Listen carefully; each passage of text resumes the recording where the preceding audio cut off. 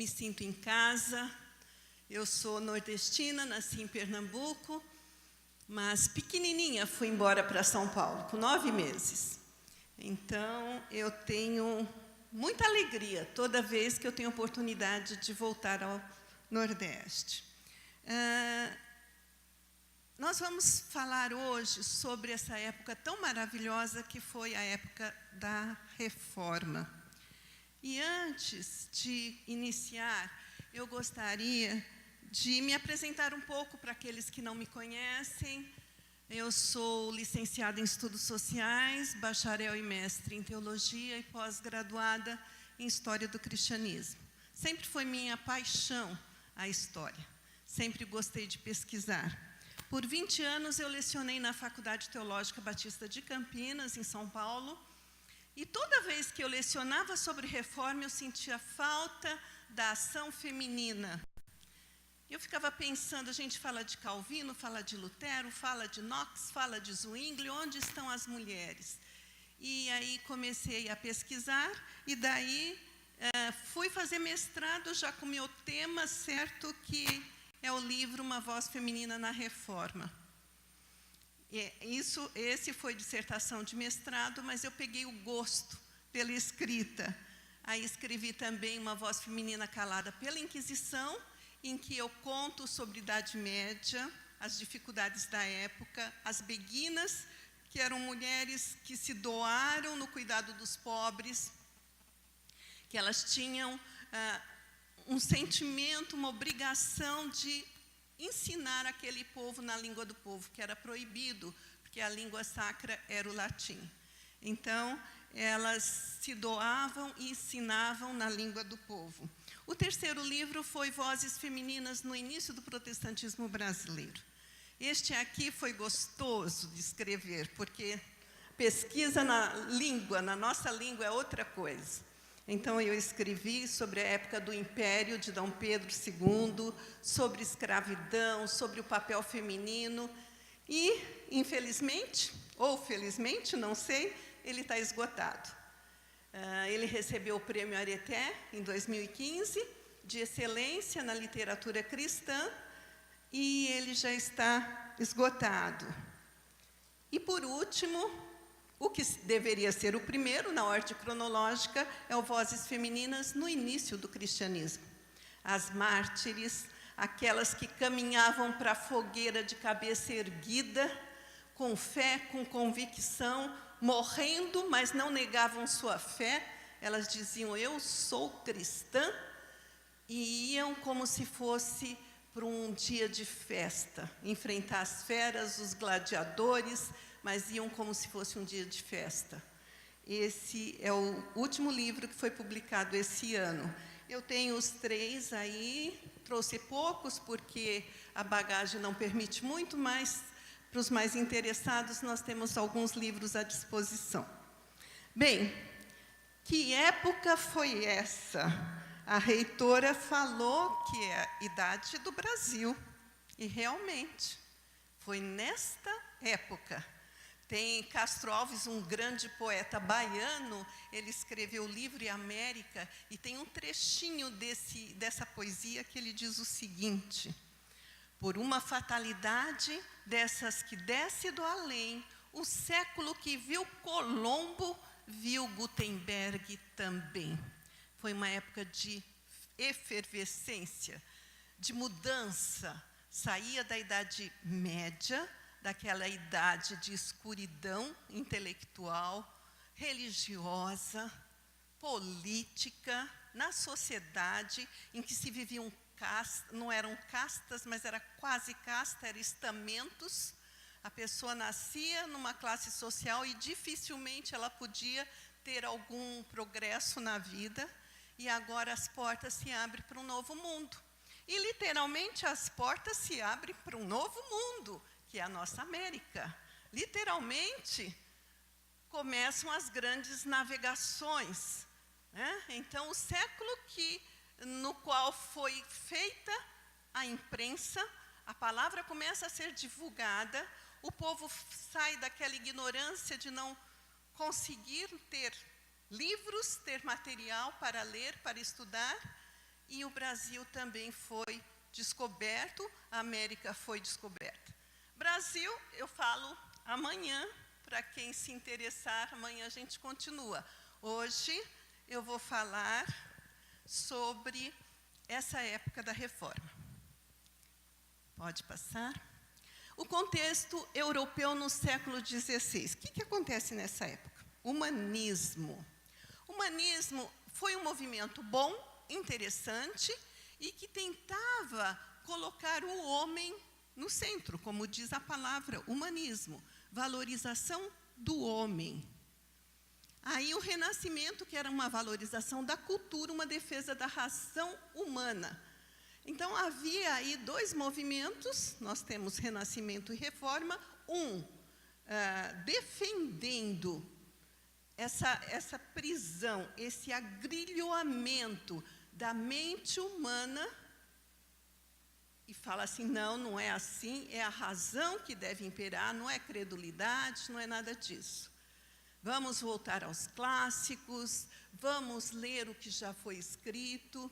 É bem algo diferente do que acontece hoje, quando tudo que é antigo não vale mais, já está ultrapassado. Não, é uma época de volta às origens, de buscar as fontes, os clássicos. E aí vem então o Renascimento. Só que a Reforma não queria domínio também, mas não queria o domínio da mente, a escravização da mente por dogmas.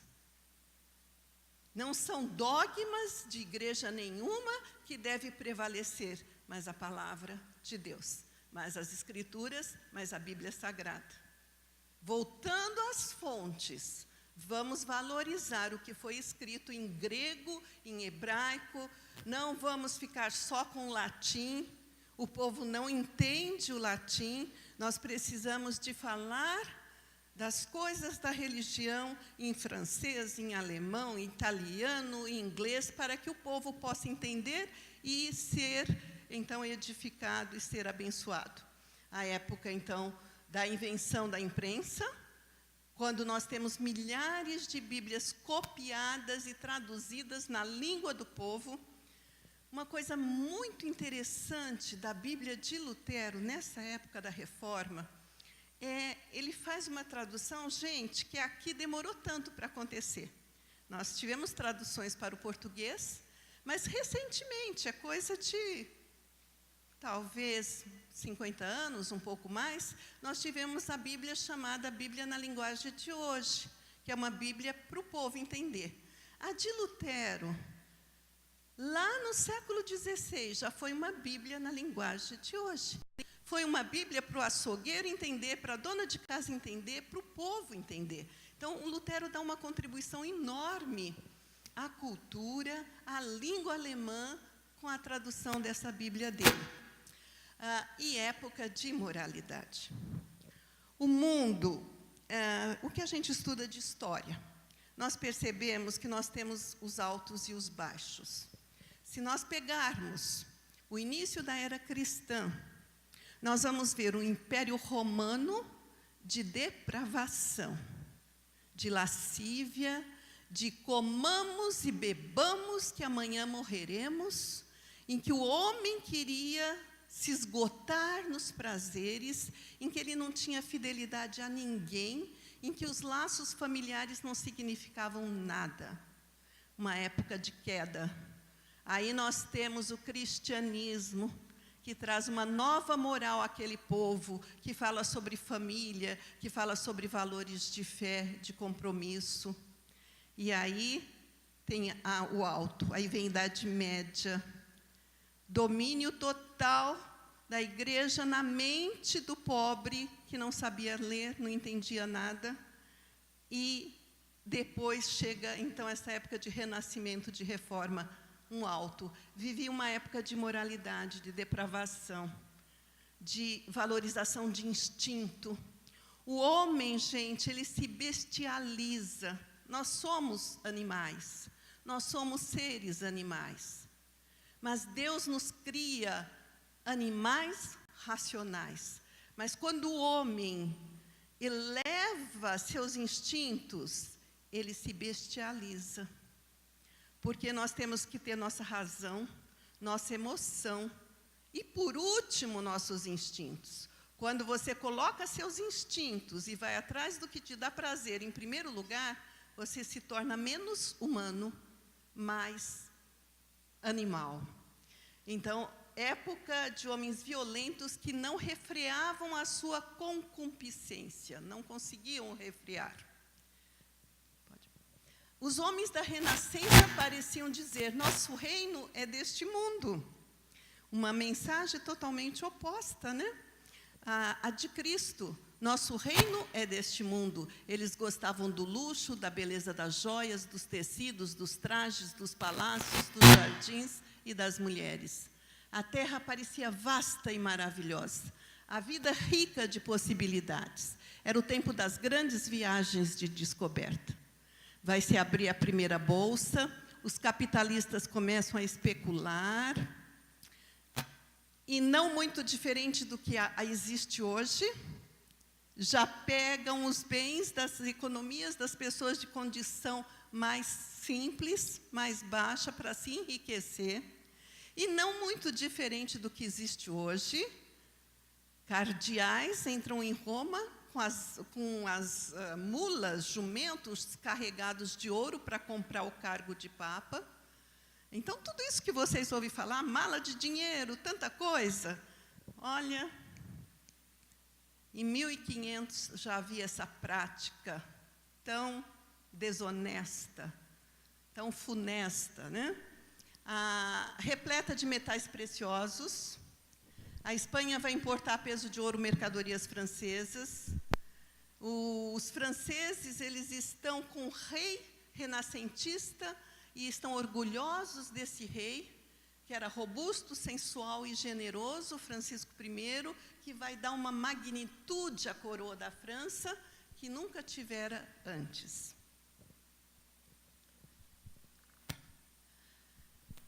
Olha o que acontece na França. Na segunda parte, Gláucia vai falar da Alemanha. Eu vou falar agora da França, um pouco da reforma na França. O que acontecia naquela época? Nós tivemos países que sofreram menos impacto da reforma. Tivemos países que sofreram menos impacto com a reforma. E esses países são aqueles que favoreceram mais uma contra-reforma: Portugal, Espanha, Itália, que era o berço do catolicismo, e temos França também. Só que França vivia uma época meio diferente. Por quê? Porque o rei negociou com o Papa. Então, o rei negocia uma concordata, um tratado assinado em 1516, vocês estão acompanhando, um ano antes da reforma, entre o rei da França, Francisco I, e o Papa Leão X, que vai aumentar o poder da coroa francesa. Vai conceder ao monarca francês o direito de indicar os bispos e outras autoridades. Esse tratado vai, então, reforçar uma ideia de uma igreja forte. Então, a França tinha essa igreja forte, uma posição privilegiada, não era tão dependente de Roma. Então, é como se reforma na França não é tão necessária. E quem era o Papa da época? Era Leão X. Leão X, ele não era nem sacerdote. Com 13 anos, ele já era um cardeal. Com 16 anos, ele já entrou, então, naquele colegiado, sem nunca ter sido sacerdote. E ele é um papa bem diferente do que acontece hoje, que os papas são mais idosos, ele foi um papa bem novo. E ele faz essa concordata, e olha o que ele diz. Olha o que ele diz. A fábula de Cristo é de tal modo lucrativa que seria loucura advertir os ignorantes de seu erro. Deixe que eles continuem crendo nessa fábula de Cristo. Isso é lucrativo. É lucrativo por quê? Porque havia veneração de relíquias, a cruz de Cristo era vendida, era tanta lasca da cruz de Cristo que daria para construir navios. Era tanto leite da Virgem Maria, pena do Espírito Santo, tudo isso era um comércio muito lucrativo. Era a veneração das relíquias dos santos e dos mártires. Então, eles não queriam mexer com isso. Está dando dinheiro, não vamos mexer. E também a compra dos pecados, as indulgências. Você comprava para você conseguir o perdão. O que você fez? Eu matei. Assassinato? 5 ducados nós resolvemos. Aí o outro chega e fala, bem, eu cometi incesto. Incesto é mais caro, 10 ducados. O outro diz, eu roubei. Roubo, tudo bem, pecadinho, 3 ducados, resolve o caso. E havia essa grande venda de perdão de pecado. Você comprava o perdão dos pecados. E eu quero abrir um parênteses aqui para contar uma história para vocês. Eu tenho lido muito, tenho pesquisado muito. A história mais linda que eu já li, a história mais linda que eu já ouvi, foi de um estudante pobre. E eu gosto de falar numa universidade. Eu fui professora de faculdade. Eu sei quanto é difícil vir toda noite para a escola, comprar os livros. Quantas vezes você não come, está morrendo de fome e não toma um lanche porque não tem dinheiro. E Micônio vivia nessa situação lá na Alemanha do século XVI. Era um pobre estudante. E ele ouve falar que o vendedor de indulgência ia passar na sua cidade. Ele se apressa, ele corre para comprar o perdão de pecado. Ele queria muito aquele perdão de pecado. E ele chega no vendedor de indulgência, que pegava a cruz vermelha e falava, essa cruz tem mais poder que a cruz de Cristo. O Deus não tem mais nenhum poder, porque Deus deu todo o seu poder para o Papa. E eles diziam assim, quando você comprar seu perdão de pecado, quando a moeda cair no cofre tilintando, a alma do purgatório sai voando. É já, é automático. Claro que Micônio queria. Micônio corre e chega no vendedor de indulgência e pede, por favor, eu quero o perdão dos meus pecados. E o vendedor fala assim, tudo bem, me dá dinheiro, me dá moeda. Ele fala, eu não tenho. Eu quero perdão de pecado por pura graça. Isso não existe. Qual é seu pecado? Tem o preço. Não, eu sou um pobre estudante, eu não tenho dinheiro, me dê essa bula, eu quero essa indulgência, eu quero o perdão dos meus pecados. E os vendedores já ficaram irritados, você está aqui para nos pegar, você tem alguma coisa, você está interessado em alguma coisa. E eles falam o seguinte para Micônio, olha, nós vamos te emprestar, tá? Nós estamos condoídos de você, nós vamos pegar umas moedinhas, vamos dar para você e você compra seu perdão de pecado. E ele diz, eu não quero indulgência comprada, eu quero o perdão do meu pecado por pura graça. Mas Micônio sai de lá arrasado, triste, e ele lembra das palavras do pai dele, que dizia assim, meu filho, Deus tem poder de te dar perdão dos pecados, pela misericórdia dele, por pura graça. E quando ele chega na casa dele, ele entra no quarto dele, ele dobra os joelhos e ele ora e diz, Senhor, os homens me negaram o perdão dos meus pecados porque eu não tinha dinheiro para comprar. Mas, Senhor, me concede esse perdão por pura graça. E ele diz que ele sente a alma dele totalmente renovada. Ele diz que não sabe descrever o que ele sentiu, que tudo que ele amava, todos os prazeres, tudo que ele mais gostava, ele começou a ter uma ojeriza, a desprezar. E a única coisa que ele queria era agradar a Deus. Isso chama-se conversão. Não é intelectual, porque eu entendi, não é emocional, porque eu me emocionei e chorei, é espiritual. E Micônio se converte, sozinho no seu quarto. Ele entende que só pela misericórdia de Deus. Então havia esse comércio de venda de pecados, havia veneração de relíquias. E isso tudo começa a desagradar o povo daquela época, o povo mais esclarecido, o povo que tinha acesso a algum conhecimento. E Francisco I, lá na França, ele vai aproveitar muito bem esse regime de concordata, porque ele podia nomear. Isso era algo só da igreja, mas ele comprou o Papa. Então, ele podia nomear cardeais e bispos. E o que ele faz? Ele vai aproveitar muito bem isso. E ele começa, atendendo até a solicitação das damas da corte, a distribuir. Olha só esse verso. Criancinhas que mal nasceram têm bispados e dignidades. É a moda.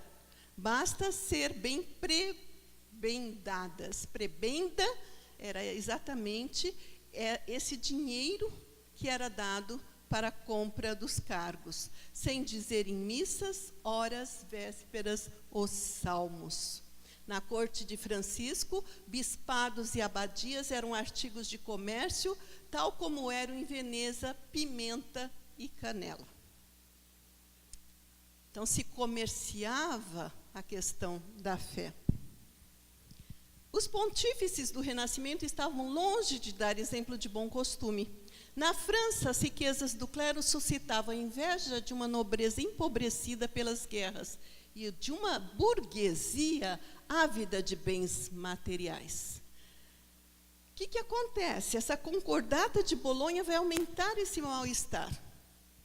A maior parte desses bispos, gente, se criancinha recebia cargo, como que eles vão cuidar do bem-estar espiritual do povo se eles nem sabiam nada? Muitos chegavam a esse cargo de sacerdote sem saber nada de coisa alguma, né? Então, a maioria dos curas com instrução rudimentar sequer residiam em suas paróquias.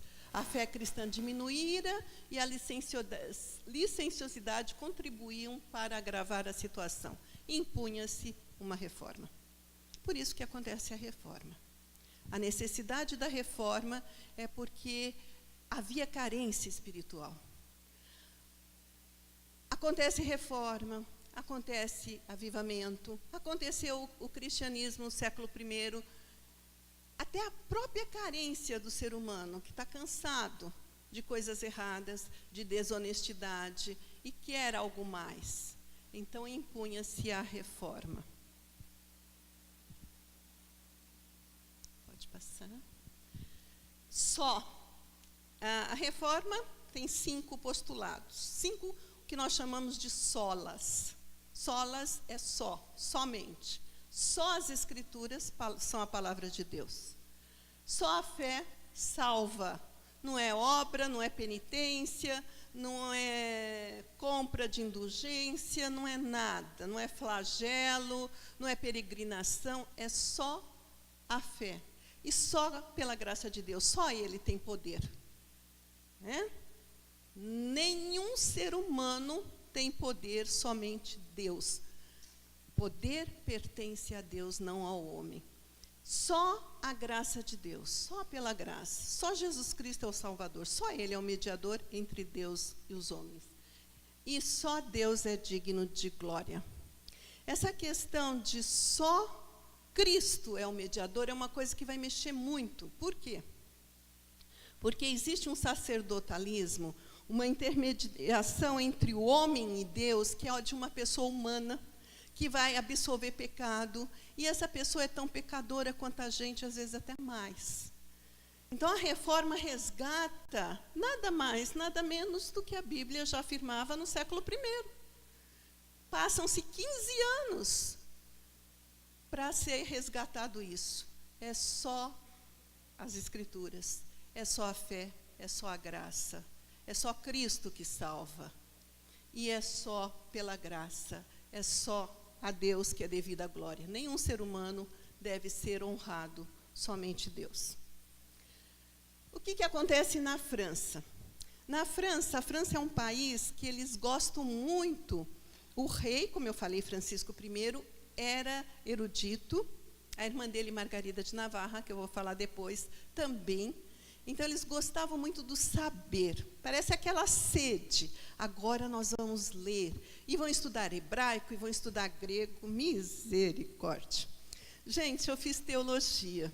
Ô coisa difícil é o hebraico. Ô coisa difícil. O grego ainda vai, mas o hebraico. Para começar, que já escreve ao contrário, né? É da esquerda para a direita. E uns sinaizinhos que a gente não entende nada. E aquela pessoal da época, até mulheres, começam a estudar hebraico.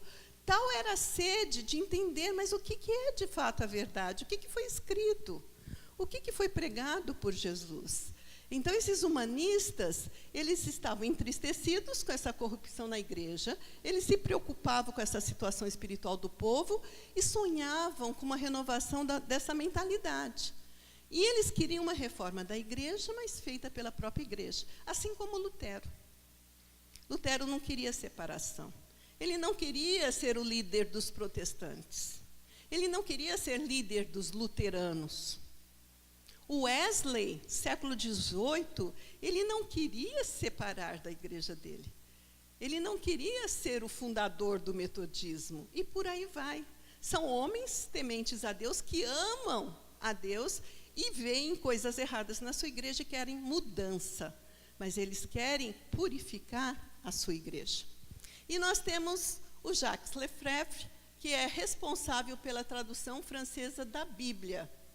Ele escreveu o comentário dos Salmos, da Epístola Paulina, ele pregava a salvação pela fé, e ele foi professor de Farel, que foi protegido por Margarida de Navarra, e é aquele que fala para Calvino, você precisa se dedicar mais. Você não pode fugir, ficar querendo só escrever. O povo precisa conhecer. Que às vezes a gente que é mais intelectual, a gente tem essa tendência de querer ficar sozinho, quietinho no seu canto. E muitas vezes você precisa falar, você precisa transmitir, né? Pode passar.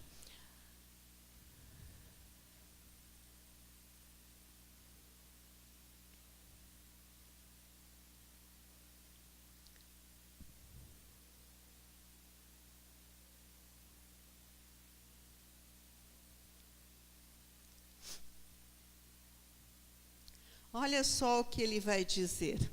É somente Deus que, por sua graça, pela fé, justifica para a vida eterna. Isso foi antes da reforma.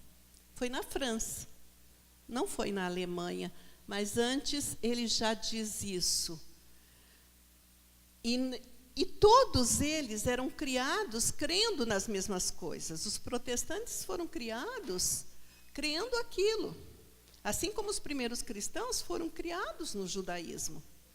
Era isso que eles conheciam, era isso que eles amavam. E ele deixa, então, essa lenda dos santos e passa a lançar mão da palavra e começa, assim, então, a reforma na França.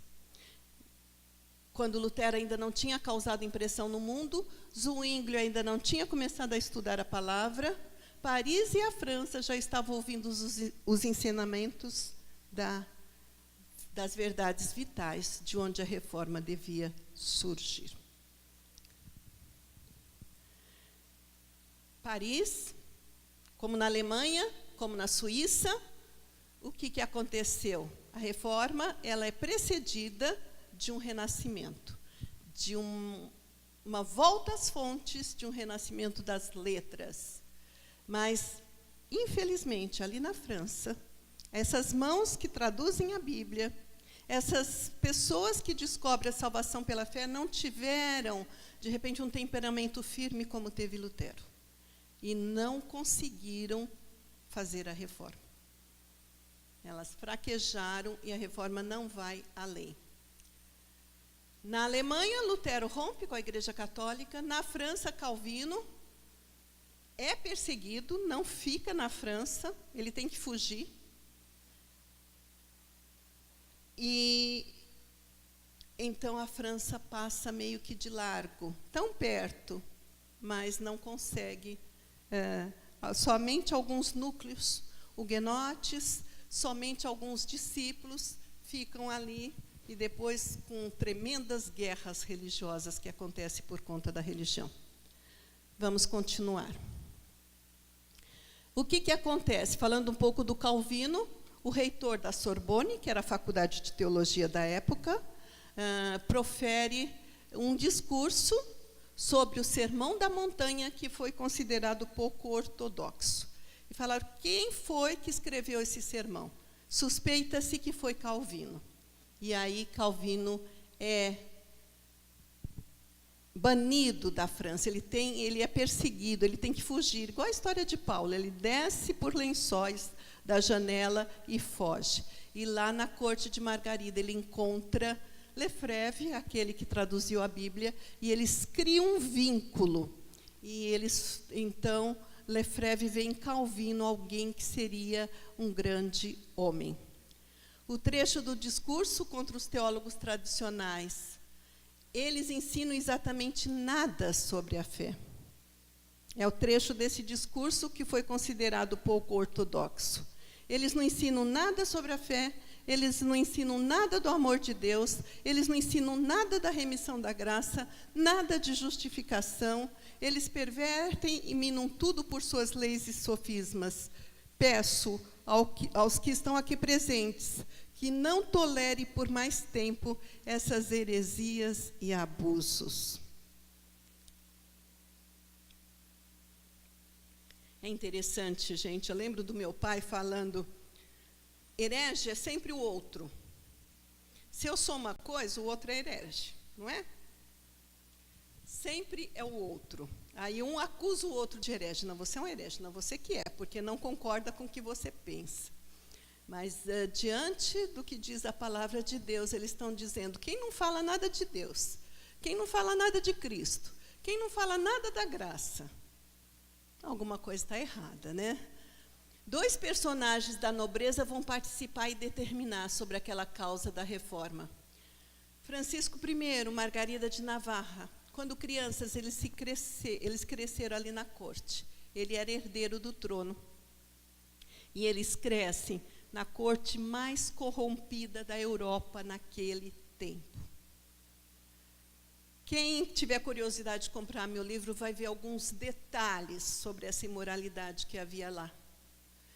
O livro preferido da corte era o Decameron de Boccaccio, que contava coisas imorais. É como se todo o reino gostasse de ler pornografia, gostasse e se encantasse com essas histórias. Era isso que eles gostavam. Francisco, o herdeiro real, ele tinha pouca moderação de caráter. Ele era bem o retrato da época. Ele se deixava levar pelas paixões. O rei, que o antecede, disse, esse menino vai estragar tudo. E Margarida, ao contrário, ela tinha a alma tendente à espiritualidade, desde pequena. Desde pequena, sabe aquela criança que nasce diferente? A criança que desde pequena ela gosta das coisas de Deus, foi uma criança diferenciada. O papel feminino na época da reforma. Os meus livros eu gosto de fazer assim, eu dou um panorama da época, eu entro no papel feminino, e aí eu trago algumas curiosidades. Eu sempre falo, quando eu estava fazendo minha dissertação de mestrado, era uma briga, eu e o orientador. Quem está fazendo monografia ou vai chegar lá sabe o que é isso. Eu escrevia, ele corrigia. Aí ele corrigia, eu escrevia de novo. Aí ele corrigia mais ainda. Aí eu escrevia de novo. Aí ele corrigia muito, muito mais. Eu falei, isso vai virar uma bola de neve. Eu falei, doutor, eu não quero terminar meu mestrado de bengalinha. Está demorando muito. Aí eu liguei para ele e falei, quem não tem competência não se estabelece. Eu declaro minha incompetência, eu paro por aqui. Ele, não, imagina, você não é incompetente. Aí ele começou a pegar mais leve. Aí ele já aceitava, porque homem e mulher, gente, são bichos diferentes. Vocês têm alguma dúvida disso? Homem e mulher é Marte e Vênus, é diferente mesmo. Então, o que acontece? O homem, ele escreve racional, objetivo. Por isso que nos livros de história, nos grandes compêndios, a história positivista, você não encontra esses detalhes, por exemplo, que eu estou falando. Não interessa, para que ficar falando disso? Papel feminino? Mulher não é relevante. Então, é uma forma diferente de escrever. A mulher vai nos detalhes. Então, como que as mulheres foram propagar reforma? Por que a gente não ouve falar de mulher fazendo nada pela reforma? porque as mulheres não escreveram institutas como Calvino. Mulher não entrou em debate sobre celebração de ceia, como Lutero, como Zwinglio. Não. Elas escreviam cartas, aconselhando umas às outras, elas escreviam poesias. Então, elas escreviam de forma diferente. As mulheres são diferentes. E o que eles criam naquela época? Que a mulher só precisava trabalhar no que era destinado ao papel feminino, fiar. E era predominante isso. As mulheres têm que estar fiando. Os fusos, outros utensílios do gênero, se convertem em símbolo de sujeição. Sabe aquela história que às vezes você está dirigindo mal? Você é mulher. Você está no trânsito e você dirige mal, e passa um homem e fala para você, vai lavar roupa. Não é? O que você está fazendo dirigindo? Não, vai lavar roupa. Eu lembro uma das primeiras vezes que eu vim, porque eu fui novinha para São Paulo, que eu voltei para o Nordeste, lá para Pernambuco, e eu não conhecia os costumes, né? Eu fui criada lá. Aí eu chego na casa de uns parentes, estão os homens na sala, sentados conversando, eu sento na sala, eu não conhecia a casa. Eu sento na sala e estou lá conversando. Aí as mulheres me gritam da cozinha, vem para cá, lugar de mulher é na cozinha. Falei, tá bom, eu vou. Mas é bem por aí. Nessa época, as mulheres que quiseram falar, e elas gostaram muito das novas da reforma, porque era liberdade, era sacerdócio universal, eu direto com Deus, eu não preciso de intermediário. A mulher começa a ter mais espaço, mais lugar. Então, a essas mulheres que queriam se meter em assunto religioso, os líderes diziam assim, vai cuidar da sua roca de fiar, vai cuidar dos seus tecidos, vai visitar os doentes, porque assunto teológico não é para você. Então, é bem comum isso. Esse panfleto, eu acho muito interessante, esse panfleto que surgiu em 1562 em defesa de uma mulher.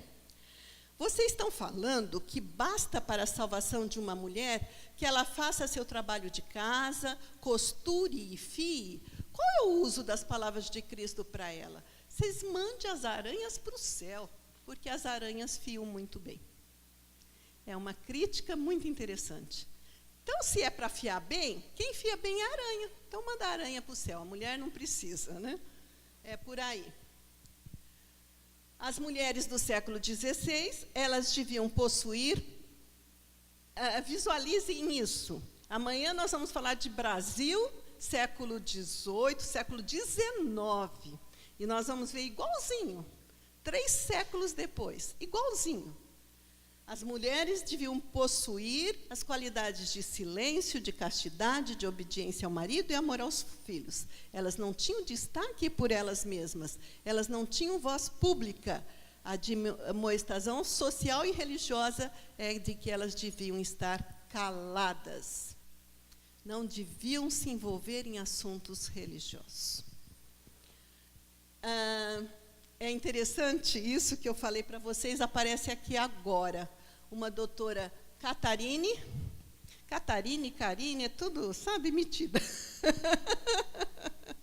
Doutora Karine, que começou a querer se meter nesses assuntos.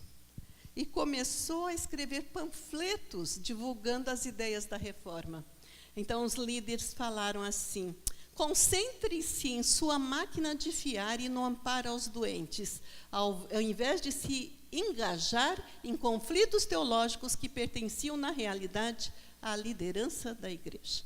Vai cuidar do que é importante, deixa que a gente cuida do resto. É por aí, né?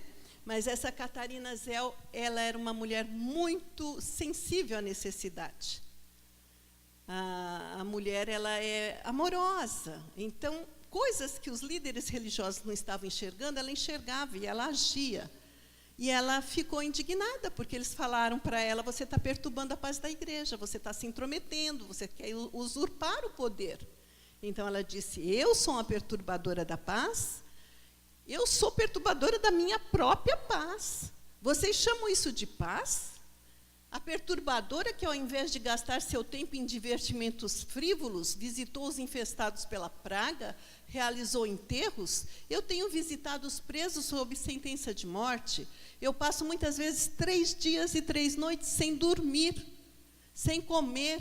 Eu nunca usurparia o púlpito, mas eu tenho feito mais do que qualquer ministro ao visitar os miseráveis. É isso que perturba a paz da igreja? Como fez o apóstolo Paulo em 2 Coríntios, as falsas acusações forçam a loucura da autodefesa, mas sempre com o propósito de defender o direito da mulher ao ministério público. A mulher aqui já está levantando uma bandeira, século XVI. Só que a bandeira que essa mulher levanta é de falar de Deus, é de visitar doente, é de cuidar dos pobres, é de visitar os presos. O que Jesus fala? Se você viu alguém com sede, você não deu de beber. Se você viu alguém com fome, você não deu de comer. Não é? A verdadeira religião, diz Tiago, é cuidar do pobre nas necessidades. É ter temor a Deus. É isso que faz a pessoa realmente religiosa. Como foi importante ler a palavra de Deus. E os textos bíblicos usados pelo grande reformador, que confrontava a superstição adotada pela igreja, abriram meus olhos. Realmente a verdade nos liberta. Essa foi Maria Dentieri, em Genebra, que falou isso. Ela era abadesa num convento agostiniano. E ela disse que a hora que ela abriu a Bíblia, como aquilo libertou. Como realmente, quando você conhece a verdade liberta. Eu havia passado muito tempo na escuridão da hipocrisia, e somente Deus foi capaz de fazer-me enxergar minha condição e conduzir-me à luz verdadeira. Finalmente, eu confiei exclusivamente em Cristo para a minha salvação, e grande foi a minha alegria. Eu gosto muito de histórias de conversão, a pessoa sozinha, a pessoa lendo a Bíblia, sem ninguém apitando no ouvido, sem interferência, ela lendo ali, porque Cristo, ele divide a história da humanidade. Nunca houve um personagem como ele. Será que vai aparecer ainda um Messias que vai dividir a história da humanidade como Cristo dividiu, que vai fazer a revolução que o cristianismo fez? A verdade liberta. Os textos bíblicos vão dar base a essas doutrinas reformadas, vão integrar as mulheres à sociedade, vão dar liberdade para as mulheres de servirem a Cristo além dos muros, porque ou elas estavam enclausuradas em suas casas ou dentro dos conventos. Então agora elas sentem liberdade. A Bíblia não diz que nós não devemos esconder a luz, não diz que nós somos sal da terra e luz do mundo. Como nós vamos brilhar escondidas dentro dos muros de um convento, ou dentro das paredes de nossa casa, ou mesmo caladas na igreja? Isso não é de hoje, isso é século XVI. Pela graça de Deus, pela força do seu Espírito, eu não me calei mais. Minha principal palavra foi em defesa das mulheres. Conhecer a palavra de Deus foi tão libertador e importante que eu queria que todas as mulheres tivessem também essa oportunidade. Olha só, gente, como as coisas demoram. Sabe quando essa mulher foi considerada uma reformadora? 2002. Lá em 1500 e pouco ela estava falando. Só em 2002, o nome de Maria Dentieri foi gravado no Muro da Reforma. É um muro que tem lá em Genebra, na cidade de Genebra, que tem estátuas dos reformadores. É claro que era querer demais que uma mulher tivesse uma estátua. Aí é muita coisa. Mas aí gravaram o nome dela, já está no lucro, né? O nome dela está lá gravado, o único nome feminino. Então ela diz para as mulheres: pode ser muito imprudente esconder o talento que Deus nos deu. Não vamos enterrar nossos talentos. E a Catarina Zell, aquela que ia lá tratar dos infestados pela peste, ela diz: eu não quero enterrar o meu talento, que o Senhor me conceda a sua graça. Que nós também não queiramos enterrar nossos talentos. A doutrina do sacerdócio, todos os crentes vai conceder liberdade às mulheres. A minha fala, gente, é sempre com esse ponto de vista do papel feminino, né? Os meus livros são tudo vozes femininas, e eu vou descobrindo na história coisa que eu nunca aprendi, porque você tem que pesquisar muito, é muito oculto, é muito escondido essa participação. Mas a gente descobre, a gente fuça e descobre, né? Mas foi muito interessante, porque a mulher, ela não podia abrir a boca nas igrejas, ela não podia nem cantar nos corais. As vozes, quando tinha um coral, as vozes de soprano e contralto era feita pelos homens. Então, elas tinham que ficar mudas mesmo. E aí vem Calvino, e aí vem a reforma, e o povo começa a cantar, e a mulher começa a falar. Que história é essa? Então, as mulheres caladas na igreja começam a cantar. Aí a crítica, sem lei, sem ordem, sem harmonia, não tem um maestro Israel Dantas regendo, não tem ninguém capacitado, elas vão cantando. O pastor começa, todos seguem, homens, mulheres, crianças, servos e criados, ninguém no mesmo verso.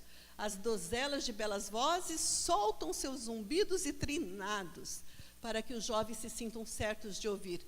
Que erro cometeu Calvino ao permitir que as mulheres cantassem na igreja?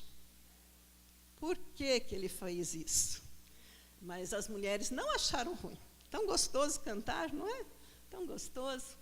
Então, a reforma protestante vai atrair um número grande de mulheres. Agora elas liam, agora elas estudam a Bíblia, agora elas cantam, elas exercitam a prática da ação social, elas se sentem úteis. Elas tinham mais liberdade do que na velha igreja, mas elas eram excluídas das discussões teológicas. Os homens subiam aos púlpitos e as mulheres visitavam os doentes. Algumas pregavam dentro das prisões, ou em movimento heterodoxo. Sempre tem aqueles movimentos meio à margem que vão aceitar a liderança feminina. Quem foi Margarida de Navarra? É uma personagem singular, única na história naquela época. Ela foi uma princesa, ela foi irmã de rei, ela foi uma diplomata, ela foi conselheira, foi duquesa, foi contista, foi poetisa, mas o que eu gosto mais dela, e o que ela diz que queria mais ser chamada, é de primeira-ministra dos pobres. Uma mulher com muita capacidade, escreveu livro de poesia, escreveu livro de contos, viajou para interceder pelo rei, seu irmão, que estava preso, mas ela diz que o que ela gostaria de ser conhecida era como primeira-ministra dos pobres. Ela andava nas ruas do reino dela sem muita gente, porque onde vai a rainha, lembra da história da Maria, aqui no Brasil, que chamaram de Maria Louca, e tem aquela frase, Maria vai com as outras. Sabe por que Maria vai com as outras? Porque quando a Maria saía lá do castelo, era aquele séquito seguindo. Então, por isso, Maria vai com as outras. E Margarida gostava de sair mais sozinha, porque ela entrava na casa do pobre. Ela abria o palácio dela para dar comida para os pobres. Ela visitava. Então, ela foi uma pessoa realmente compassiva, e uma cristã mesmo, né? Ela foi uma mulher do século XVI que registrou suas ideias e crenças. Isso é muito raro na época. Por nascimento físico, ela foi nobre, ocupou o trono de Navarra, porque ela casa com o rei de Navarra, mas pelo seu nascimento espiritual, ela foi mais nobre ainda, por conta dessa compaixão que ela tinha, dessa ação social que ela praticava. É uma personagem agradável e única. Nem a Alemanha, nem a Inglaterra tem um personagem paralelo. Ela anda de cabeça erguida em meio a uma corte corrupta, parecendo uma noiva de Cristo. Pode avançar que eu quero contar um caso. Pode avançar mais um pouquinho. Aqui. Eu quero contar, eu gosto de contar história, por isso que eu me tornei professora de história. Tem um caso muito interessante na história de Margarida de Navarra. Aqui diz que ela escolheu como emblema o girassol. porque o girassol se volta para o sol. E ela dizia, eu não procuro nada aqui na terra. Então, ela estava voltada para o sol. E ela fazia tempestade dos seus pequenos erros. Para ouvir a voz do prazer, deixei-te. Para fazer uma mal escolha, deixei-te. E deixando-te, aonde que eu vim ter? Então, tem uma história interessante. Quando ela já estava casada com seu primeiro marido, ela foi casada 2 vezes, a mãe dela era retrato da época. Era imoral. Para vocês terem uma ideia, ela casa muito novinha e ela aceita sem problema nenhum, como dizia um professor meu de teologia, sem problema nenhum, ela aceita conviver com as amantes do marido, com os filhos que eles têm na mesma casa. Parece que quando as pessoas, gente, prestem atenção, quando as pessoas começam a encarar certas coisas com naturalidade, tem coisa errada. Essa sociedade está enferma. A nossa sociedade hoje está enferma. Quando a gente começa a encarar o erro como coisa natural, tem coisa errada. E a Luísa, mãe de Margarida, ela encarava como normal. Olha o que acontece. A filha já era casada, chega um cortejador, alguém que queria ter um caso com a filha dela, conversa com ela e fala, combina com a sua filha, que eu vou para o quarto dela, não fale para ninguém que eu venho, eu vou para o quarto dela à noite. Deixa ela preparada. E era um temor, uma obediência cega que os filhos tinham à mãe, que ela fala para Margarida, vá para o seu quarto, tire sua roupa e fique lá, não saia de lá. Que a Margarida nem fala não, mas ela não vai para o quarto, ela vai para a capela e começa a orar. E a pedir a Deus que a livre daquele momento. Quando ela vê que ela não tem escapatória, ela pensa, o que eu posso fazer para escapar desse assédio? Ela pega uma pedra, ela fere o rosto dela. Ela pensa, se eu estiver desfigurada, se eu estiver feia, ele não vai querer nada comigo. E aí ela cai no chão, cheia de sangue, ela chama a mãe limpa lá as feridas dela e manda ela para o quarto. Você tem que ir para o quarto. Então não dá certo o plano dela, ela vai para o quarto. Aí chega o sujeito. E o sujeito ataca e ela começa a gritar até que a mãe aparece. E a mãe aparece e ela consegue se livrar. E sabe o que a mãe fala para ela? Você não gosta das coisas que eu mais gosto. Então, ela é ainda criticada por perseguir a pureza. Ela era uma mulher casada. Para vocês terem uma ideia da época que a reforma acontece. Essa época imoral. Essa famosa princesa se distinguia pela rigorosa moral. Enquanto outros têm somente no lábio, é somente de pregação, ela era de fato, ela é irrepreensível na conduta. O versículo preferido dela, crie em mim, ó Deus, um coração puro. Era o que ela queria. Ela exaltou o Senhor como o único e suficiente Salvador. Ela comparou a lei que busca, tenta e pune com o evangelho que perdoa o pecador, por causa de Cristo e da obra que ele completou na cruz. Ela olha para frente esperançosa, para um mundo redimido, regenerado, um mundo puro, purificado pelo sangue de Cristo. E ela faz poesia, desde que eu entendo que meu único Criador é meu Salvador, meu advogado e juiz, eu não terei mais temor devido à falta de fé. Pode passar. Palavra divina, Jesus Salvador, Filho único do Eterno Pai. Então, nós vemos que ela realmente entendeu a mensagem. Jesus é o Salvador. Pode passar. E ela evangelizava. Era época de guerra. O rei da França lutava muito contra o rei da Inglaterra. Eles estão numa peleja. E ele ia... E tem o Carlos V aqui também, que era o imperador, que eles batalhavam. Era uma disputa de reinos. E o irmão dela ia com os exércitos, e ela ia com os pregadores do evangelho. Imagina que cena, né? O irmão lá com a espada, guerreando, e ela chama lá capelão para pregar. A vida social, ela protege os reformadores, ela vai dando acolhida. Todos aqueles que são perseguidos, os hereges perseguidos, ela vai acolhendo no seu castelo, vai pedindo absolvição. Calvino, ele tem a pena dele cancelada por conta da intercessão dela. Pode passar?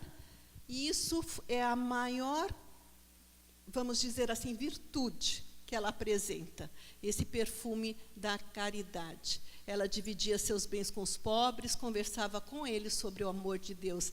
Ela dizia, ninguém pode sair triste ou desapontado da presença de um rei, da presença de um príncipe, porque os reis são ministros dos pobres, não seus senhores. E ela dá a si mesma o nome de primeira-ministra dos pobres. A rainha Margarida tem sido sempre a estrada e o caminho daqueles que têm perdido sua direção, a porta na qual eles podem bater. Ela não os espera aproximarem-se, mas os chama a ela com ternura e corre para os encontrar como o pai do filho pródigo. Ela escreve poesias sobre a sua fé. E um dos poemas mais famosos foi Espelho da Alma Pecadora. Essa questão do espelho, desde a Idade Média, tem uma conotação de espelho que reflete, que fornece conhecimento. Os dicionários, vamos dizer, de hoje, eram chamados espelhos. Então, ela vai dar o nome do Espelho da Alma Pecadora ao seu livro de contos. Então, estão essas duas, essas complexidades, né? Pode refletir a imagem e também da pessoa como a imagem do pecado que a pessoa tem, que a pessoa é. Pode avançar. Uma coisa bem interessante é a criatividade. Eu gosto de puxar a sardinha para o lado das mulheres, que vocês nem imaginam. Não sou feminista, não, mas eu acho lindo a diversidade dos dois sexos. O homem com o seu jeito de ser homem, mais racional, mais, eu diria assim, mais objetivo. A mulher fica enrolando, fica, não sei se eu quero isso, se eu quero aquilo, e o homem já é mais decidido. Eu acho muito bonito essa que se completa, né? Geralmente, realmente Deus fez a mulher como aquela auxiliar, porque ela complementa o homem. Mas eu acho lindo a criatividade da mulher. Olha o que faz a Margarida. Calvino escreve um grosso... Alguém já leu as Institutas de Calvino? Nem eu.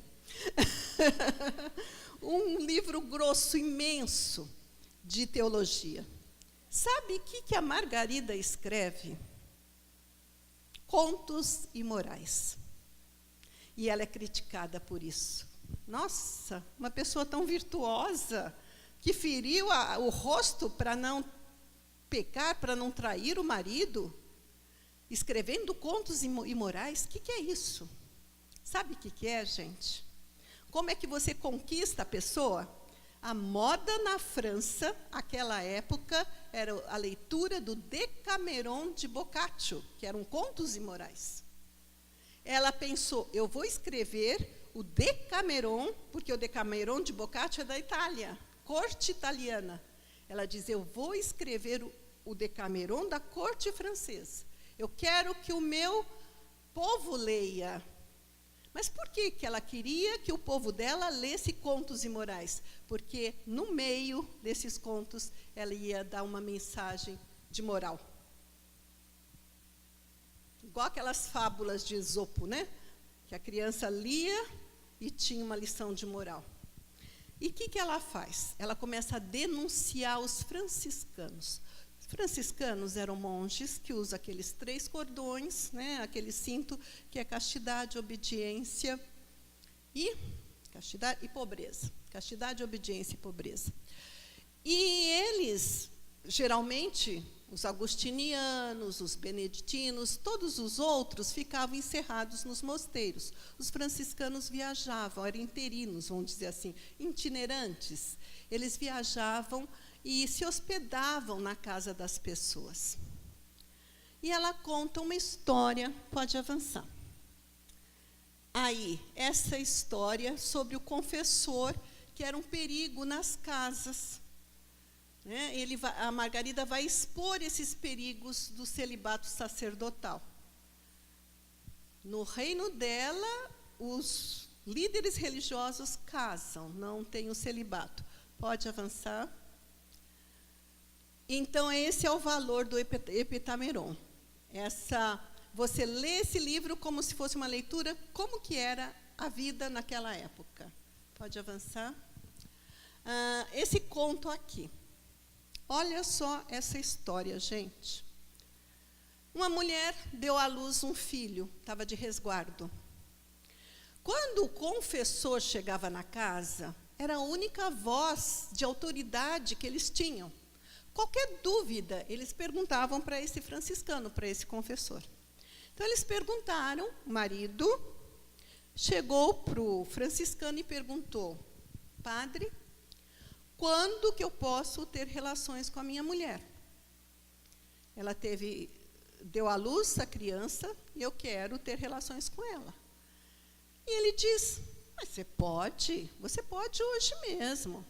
Depois do jantar, você pode se encontrar com ela, você pode ter relacionamento com ela. Só faz uma coisa. A gente janta, você espera meia hora e você vai para o quarto. O marido fica animado: hoje eu vou para o quarto, deitar com a minha mulher. Só que o franciscano vai na frente. Ele vai primeiro e ele se deita com a mulher do dono da casa. Quando o dono da casa vai novamente, a mulher fala: escuta, o confessor não disse que você tinha que ter cuidado com a minha saúde? Como é que você, além de vir antes da hora que era para você vir, ainda vem 2 vezes? Que cuidado que você está tendo com a minha saúde? Aí ele fala: o quê? Eu não estive aqui com você. E ele vê o quarto vazio do franciscano. Aí ele descobre: quem esteve com você foi o nosso confessor. A mulher, gente, ela fica tão atordoada, porque ela não tinha esse entendimento da graça de Deus. É isso que Margarida coloca no final da história. Ela não conhecia Deus que perdoava. Ela falou: eu vou para o inferno, eu estou perdida. Como que eu traio o meu marido e com um homem da igreja? Ela fica assim tão indignada. O marido corre atrás do confessor e ela, naquela agonia de se sentir pecadora, ela se enforca. E ela se amarra na cama, na grade da cama, e ao mesmo tempo que ela está tentando se enforcar, quando ela está quase morrendo, ela atinge o nenezinho dela e mata o nenê também. Nisto chega o irmão da mulher e vê a mulher morta, o nenê morto, e vê que o marido não está. Sai correndo atrás do marido, acha que foi ele e mata o marido. 3 homicídios por causa do pecado de um franciscano. E aquela mulher comete um suicídio, porque ela se sente indigna. Pode passar. Ela só tinha aprendido com o frade a obter perdão por seus pecados através da austeridade de vida, do jejum, das penitências. Ela desconhecia totalmente a graça de Deus através dos méritos de seu Filho, a remissão dos pecados por seu sangue, a reconciliação do Pai conosco através da morte de Cristo, a vida dada aos pecadores por sua única e exclusiva bondade e misericórdia. Ela ficou tão confusa entre o horror do seu pecado, o amor ao seu marido e a honra de sua família, que pensou ser melhor morrer do que viver tal vida. Isso, gente, não sou eu que estou falando. Isso está escrito no livro da Margarida de Navarra, Heptameron, que ela escreveu no século XVI. Ela está evangelizando o povo. E está falando: olha, a remissão dos pecados. Ela está falando de salvação. Ela é considerada herética e é perseguida. O livro dela, O Espelho da Alma Pecadora, é colocado naquele index, no índice dos livros proibidos da fé, pela Faculdade de Teologia de Paris. Por quê? Porque tem heresias de omissão.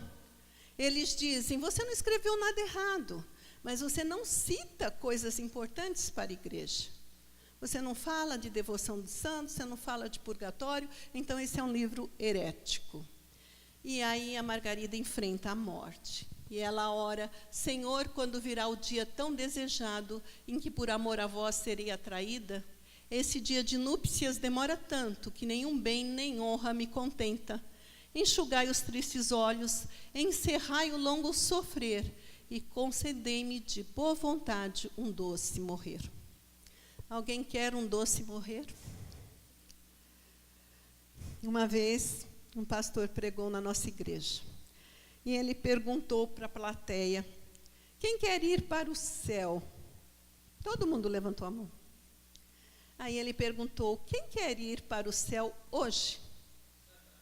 Aí ninguém levantou a mão. Eu levantei. Estou pronta. Mas as pessoas, quando pensam... Outro perguntou assim, você quer almoçar? Era de manhã. Você quer almoçar hoje no céu? Ninguém quer. A gente se apega tanto à terra, né? Mas a Margarida está orando, concedei-me um doce morrer. Ela não foi santa, não foi Marte, não foi profetisa, mas foi um espírito que não era dogmático. Ela reúne o fervor pela erudição, reverência pelo saber e o amor renascente pela arte e poesia. Mas a sua compaixão, seu respeito pela vida, seu sentimento nacional, sua doçura, sua simplicidade, sua religião de amor fizeram diferença naquele período tão conturbado. Assim como personagens belas e raras como ela fazem diferença hoje. Estamos precisando de mais Margaridas hoje. Estamos precisando de mais mulheres que tenham essa religião de amor, de doçura, né? Essa é a filha dela, Joana de Navarra, que se torna líder dos huguenotes, foi mãe do Henrique IV. Henrique IV foi o primeiro rei, primeiro país a conceder liberdade religiosa. O povo está cansado de briga de religião, dos protestantes contra os católicos, dos huguenotes católicos, e ele concedeu a liberdade religiosa lá na França, lá em Paris. E ela dizia, a reforma parece tão verdadeira e necessária que eu considero deslealdade e covardia para com Deus, com a minha consciência e com meu povo permanecer mais tempo indecisa. Uma mulher de coragem. O legado do Papa foi lá para excomungá-la. E o povo morria de medo de excomunhão. Mas ela não tem medo. Porque a fé dela não estava baseada em nada disso. Ela sabia que do céu ela não podia ser excomungada. Então ela pega e fala assim, o legado do Papa não tem autoridade aqui. O rei da Espanha quer bani-la do reino. Ele chegou a ter planos de matá-la. E ela fala, meu Deus é mais poderoso do que o rei da Espanha. Fé, gente, fé verdadeira faz falta hoje em dia também. E aí ela foi tentada por Catarina de Médicis, uma rainha poderosa, sobrinha neta de papas, e foi tentada para que largasse a fé. E ela disse, madame, se eu tivesse neste momento o meu filho, todos os reinos do mundo sob o meu domínio, eu preferia arremessá-lo todos ao fundo do mar, do que fazer perecer a salvação da minha alma. Aí ela volta para Navarra, ela cria seu filho na fé evangélica, ele é companheiro dela nas defesas dos interesses huguenotes. E aí a rainha Catarina de Médicis, ela quer unir católicos e huguenotes, e ela promove o casamento entre o huguenote, Henrique IV, e a católica Margarida de Valois. E ela temia que o filho abandonasse a fé, o que a gente vê que vai acontecer depois, né? Ele vai dizer, Paris, bem vale uma missa, e é melhor ser rei da França do que ser huguenote. Mais ou menos isso, né? Pode passar. E o que acaba acontecendo, gente? No dia do casamento, uma grande matança de protestantes. As ruas de Paris ficam ensanguentadas. Os protestantes vão para o casamento na confiança de que terão liberdade, na confiança de que começa uma nova era de paz religiosa, e eles são atacados e são mortos. Nossas câmaras, nossos leitos vazios, nossos bosques, nossos campos, nossos rios, envergonhados de tanto sangue inocente, guardam silêncio e em silêncio eloquente pedem vingança, vingança, vingança. Não há nenhum rei na França que deixou essa consciência nacional, assim, uma recordação mais amigável. Era um rei amado pelo povo. Foi o neto de Margarida, o filho de Joana. Eu lembro muito do Timóteo com a avó Lloyd e a mãe Eunice. Ele tinha qualidades sólidas, era inteligente, era amigo. Ele também, como a avó, ele gostava de estar no meio do povo, de rodear-se de pessoas. Ele era inimigo da autoridade. Quando ele dava uma ordem, parecia um pedido. Ele promulga, então, em 1598, o Edito de Nantes, uma das datas mais importantes, porque a França adota a liberdade religiosa. E ele dizia: nós não nascemos para nós mesmos, mas principalmente para servir a pátria. Foi Henrique IV, amanhã nós vamos ver. Foi Henrique IV que incumbiu Daniel de Latouche a organizar a viagem de travessia do oceano até o Brasil. A conhecida segunda invasão holandesa, ou francesa, a França equinocial, ocorreu por determinação do filho de Joana, do neto de Margarida de Navarra. Após o falecimento do rei, a rainha Maria de Médicis, governante do trono francês, resolve tocar adiante o projeto. Em 1612, os franceses chegaram à costa norte do Brasil e fundaram em uma ilha o Forte de São Luís. À sua volta brotou o povoado do mesmo nome, a atual cidade de São Luís, capital do estado do Maranhão. Demorou, né? Demorou para chegar em São Luís, né? Tanta história, né, gente? Tanta história para chegar. Gente, nós concluímos. Esses princípios da reforma. Só a Escritura, só a graça, só Cristo, só a Deus a glória, só a Bíblia, a palavra de Deus, é o que nós comemoramos hoje. Hoje, melhor, 31 de outubro, iremos comemorar os 500 anos da reforma. E nós podemos dizer que a participação das mulheres nesse movimento foi fundamental.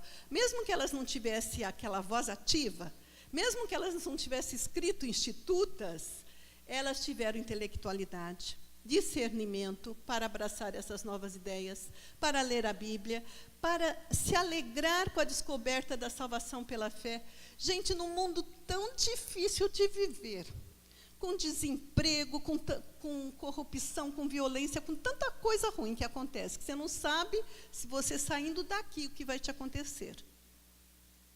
Você ter uma boa nova de salvação pela fé, sem você precisar pagar nada, é maravilhoso. E elas creram nisso, compartilharam, criam, escreveram, promoveram e defenderam a causa da reforma religiosa. As mulheres na reforma propagaram uma religião de amor, sem debates ostensivos, sem ritos, sem violências, compara aos perseguidos, visita aos presos, com cuidado aos doentes e necessitados, com seus textos, poesias, cartas, contos e pregação da salvação pela fé, com criatividade, discernimento, conhecimento bíblico e teológico, e principalmente com amor ao reino de Deus. Que nós também tenhamos esse amor, que nós também façamos diferença. O Brasil precisa de mulheres assim, o Brasil precisa de homens assim, o Brasil precisa de esperança, o Brasil precisa de fé, o Brasil precisa voltar aos fundamentos antigos, precisa de boas novas, nós precisamos mais do que nunca. Obrigada.